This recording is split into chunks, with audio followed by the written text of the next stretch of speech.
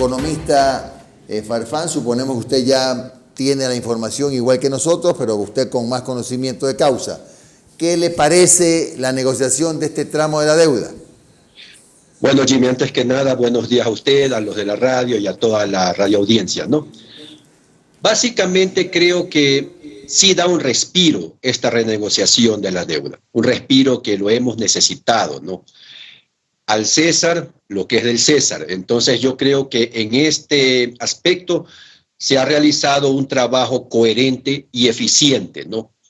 Vemos que básicamente se reduce la deuda tanto en capital como intereses en unos 1.700 millones, 1.500 millones en capital y digamos en intereses que corresponden a un 9.3 a un 9.3%, ¿no? Y se amplía el plazo en 10 años más, lo que nos da 5 años de gracia para el pago del capital y digamos que era sumamente, se volvía una carga pesada, ¿no?, para el presupuesto del Estado. En general, se liberan casi 16.000 millones en los próximos 10 años, ¿no? Esto en las operaciones de traerlo a valor presente, etcétera. Como ejemplo, la deuda con bonos global, que llega a casi 17.375 millones aproximadamente en capital y 1.060 en intereses, que ya estaban no pagados y se habían vencido, es lo que se llamaban los PDI. Entonces, básicamente se da para el pago de esos intereses, se da un periodo de 5 años, ¿no?, con un pago en realidad que va de más o menos 182 millones por año, por pago, del 2026 al 2030. Es decir... Perdón la interrupción, pero eso que se informó, y para entenderlo mejor, de que se ha perdonado al Ecuador 1.500 millones de dólares, ¿es así? No, se ha perdonado de pagarlo en ese momento. Ah, ya, porque uno entendía eso, ¿no? Ah, ya, no nos van a cobrar 1.500 millones, que bien, pues. ¿Cómo es entonces? Es excelente, Jimmy, tener una reducción, un perdón, una amnistía de tal manera, ¿no? No, lo que se hace es, se da 5 años para pagarlos, ¿no?, a partir del año 2026 al 2030. Con pagos de 182 millones, lo cual equivale a una suma de 910 millones. Lo que si lo comparamos a los 1.060 hay una reducción allí, ¿no? Y lo otro es la forma como se van renegociando los tramos de cada deuda, especialmente los bonos global, ¿no? Y lo que prácticamente sí nos da un respiro, es decir, no se nos ha perdonado nada. Lo que hemos hecho es reestructurarla de tal manera de que tenemos un alivio durante algunos años, ¿no? Ahora, ¿usted cree, economista, que esto es un espacio propicio para volver a tocarle la puerta al Fondo Monetario Internacional? Porque ya mandaron por ahí un mensaje a García diciendo que están haciendo las cosas bien, están preparándose, que suerte, buen viento y buena mar, etcétera. ¿Es un ambiente propicio no para renegociar, para volver a acceder a créditos con el Fondo Monetario? Ese es el problema, Jimmy. O sea, estamos reestructurando, renegociando una deuda para seguir endeudándonos. Es decir, no estamos trabajando coherentemente en ya dejar de depender tanto del endeudamiento externo, ¿no? Estamos también cambiando de acreedor, China, Fondo Monetario, al parecer, ¿no? Claro, con tasas más bajas y plazos mucho más flexibles. Pero de todas maneras, el problema de esto es que seguimos con esa tendencia, ese comportamiento a endeudarnos cada vez más. Y el país tiene que dejar eso. O sea, tenemos que comenzar a reorganizar nuestras finanzas públicas. Tenemos que comenzar a hacer ese reordenamiento total. Tenemos que racionalizar el gasto público. Tenemos que implementar una política fiscal que sea coherente con la reactivación económica. Tenemos que traer políticas tributarias que atraigan la inversión extranjera directa, ¿no? Entonces, seguimos con esa mentalidad, fondo tras fondo tras fondo. Economista Farfán, muy buenos días. Les saluda Omar Jaén.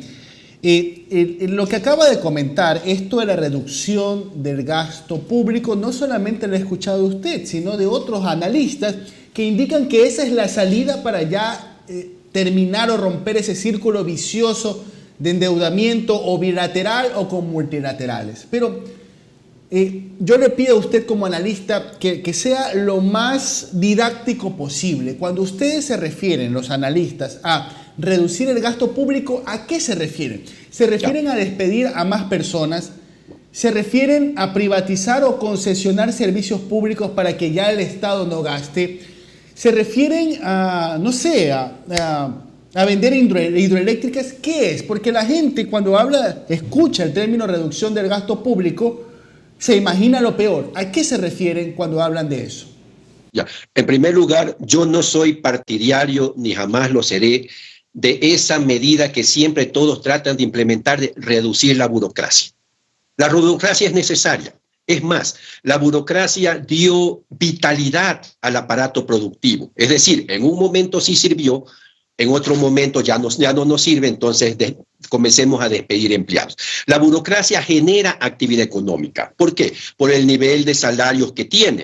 Es un salario que es mucho más competitivo que el sector privado en muchos cargos. Entonces, si vemos nosotros en nuestro país durante casi 8 o 9 años, la economía se movió gracias a esa burocracia. Entonces, no la consideremos como algo malo. La burocracia es necesaria en cualquier parte del mundo. Suecia, Noruega, Finlandia, Dinamarca, esos países llamados economía del bienestar, tienen una abultada burocracia. Lo que hay que hacer, respondiendo ya más a su pregunta, es optimizar el funcionamiento de la institucionalidad del Estado. Es decir, más eficientes, volver más eficientes las empresas. Por ejemplo, vea usted, las empresas públicas, 22 empresas de las cuales entraron en liquidación cerca de 6. ¿Por qué entraron en liquidación? Por una pésima administración. Lógicamente se ponen personas no preparadas a dirigirlas y se convierte en club de favores políticos y club de amigos. Entonces no es el hecho de decir vamos a venderlas. No, la privatización tampoco trae buenas cosas, ¿ya? Y eso se lo demostró en Chile, ¿ya? El famoso milagro económico chileno hoy lo vemos devastado, ¿no?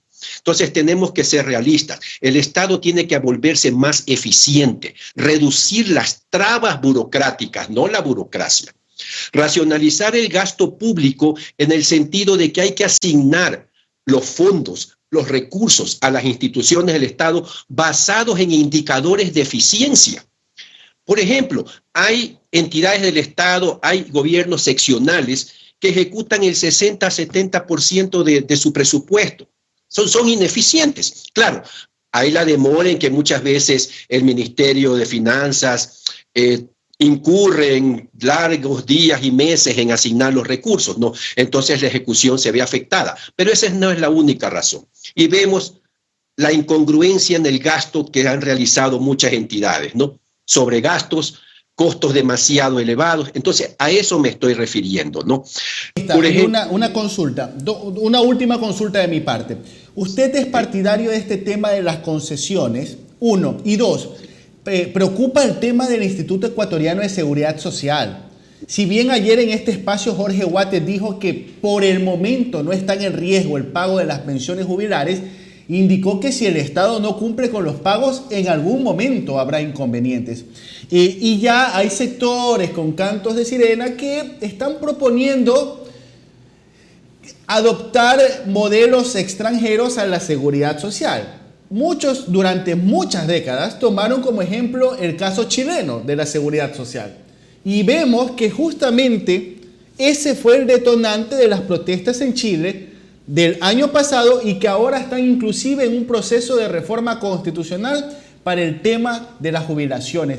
¿Cuál cree que podría ser una salida para el caso ecuatoriano? Mire, primero hacer una limpieza total del Instituto de Seguridad Social. Total. Ya, es un ente que ha demostrado una eficiencia voraz. ¿Por qué? Porque se convirtió para todos los gobiernos de turno en una caja chica. ¿Dónde colocar los bonos de deuda interna? IES. ¿Ya? ¿A quién no se le paga? Al IES. ¿Dónde están los escándalos más grandes y que se han dado? Y no solamente ahora, se han venido dando a lo largo de todo este tiempo con todos los gobiernos de turno. el IES. Entonces, el IES no es que necesita privatizarse, no necesita concesionarlo a la empresa privada, porque vemos que los intereses ya están allí, ¿no? El IES lo que se necesita es una reestructuración total, pero alguien con decisión que vaya y promueva todos esos cambios, reorganice el IES, reestructúrelo como una empresa. Cuando usted ingresa a una empresa que está en problemas, casi en proceso de liquidación, usted demuestra ser un eficiente gerente cuando lleva a su equipo y logra reformar toda esa entidad, ¿no? Eso es lo que se requiere. No tanto, como usted dijo, la solución no está en privatizarlo. Vemos el ejemplo chileno, ya que resultó prácticamente ya no el milagro, todo tiene su tiempo. El IES necesita ser reorganizado desde la elección de los representantes, ¿no? La forma como se constituye el consejo directivo del IES. Eso hay que reformar, ¿no? Y digamos, todo que ahí tiene que ir también por un proceso serio. Al fin y al cabo, los dueños del IES somos nosotros. Usted, Jimmy, yo, todos. Muy bien, gracias, economista Olmedo Farfán, consultor económico. Hemos analizado el tema del refinanciamiento de la deuda, un tramo de la deuda, el tema del seguro social. Que tenga usted un excelente día, economista.